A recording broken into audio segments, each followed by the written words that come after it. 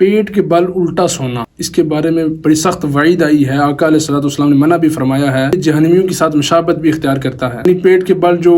الٹا سونا، یہ جہنمیوں کے ساتھ مشابہت اس وجہ سے ہے کہ کل قیامت کے دن اللہ تعالیٰ قرآن میں سورۃ الحاقہ میں ارشاد فرماتا ہے کہ جہنمیوں کو منہ کے بل اوندا منہ کر کے کھینچ کے جہنم میں ڈالا جائے گا۔ اس لیے جو منہ کے بل سونا، یہ پیٹ کے بل سونا، اس لیے آقا علیہ الصلوۃ والسلام نے منع فرمایا۔ ترمذی شریف میں ابو ہریرہ روایت کرتے ہیں کہ آقا علیہ الصلوۃ والسلام نے ایک شخص کو دیکھا جو پیٹ کے بل سویا ہوا تھا، منہ اور سینہ اس نے زمین کے ساتھ اٹیچ کیا ہوا تھا، بستر کے ساتھ اٹیچ کیا ہوا تھا۔ تو آقا علیہ الصلوۃ والسلام نے فرمایا کہ اس طریقے کو اللہ تعالیٰ سخت ناپسند کرتا ہے۔ ابن ماجہ میں آتا ہے کہ حضرت ابو ذر رضی اللہ تعالیٰ عنہ فرماتے ہیں کہ ایک مرتبہ میں مسجد میں سویا ہوا تھا تو آقا علیہ الصلوۃ والسلام آئے، تشریف لائے، تو حضور علیہ الصلوۃ والسلام نے مجھے پاؤں کے ساتھ ٹھوکر لگائی اور متوجہ کیا اور فرمایا کہ اس طرح نہ سو، یہ طریقہ جہنمیوں کا طریقہ ہے۔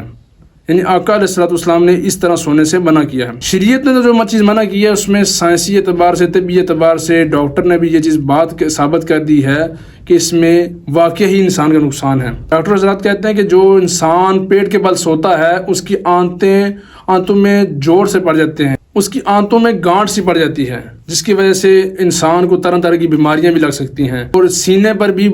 جو انسان کی پسلیاں ہیں اس میں بھی زور پڑتا ہے، کیونکہ انسان کا وزن جو بڑا ہوتا ہے تو اس میں سینے بھی تکلیف ہوتی ہے، دل بھی اس کا کافی ڈیمیج ہو جاتا ہے، جس کی وجہ سے اس کا خون صحیح طریقے سے دل پمپ نہیں کر سکتا۔ اس وجہ سے الٹا لیٹنے سے جو آقا علیہ الصلوۃ والسلام نے منع کیا ہے اس میں حکمت ہے، لہٰذا جو الٹا لیٹتے ہیں وہ اس بارے میں سوچیں اور اپنے آپ کو بہتر طریقے پر، جو آقا علیہ الصلوۃ والسلام کے سنت کا مطابق طریقہ ہے، دائیں طرف کروٹ لے کر اپنا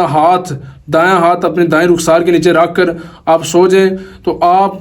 سنت کے مطابق سو رہے ہوں گے اور پوری رات آپ کو سنت کو زندہ کرنے کا ثواب ملتا رہے گا۔ اس لیے اپنی زندگی کو سنت کے مطابق بسر کرنے کی کوشش کریں، نہ کہ آپ جہنمیوں کے طریقے پر یا شیطانی طریقے پر عمل پیرا ہو کر اپنی زندگی بسر کریں۔ ہم یہ ہر وقت یہ دعا کرنی چاہیے اللہ تعالیٰ ہمیں نیک اور سنت کے مطابق زندگی بسر کرنے کی توفیق عطا فرمائے۔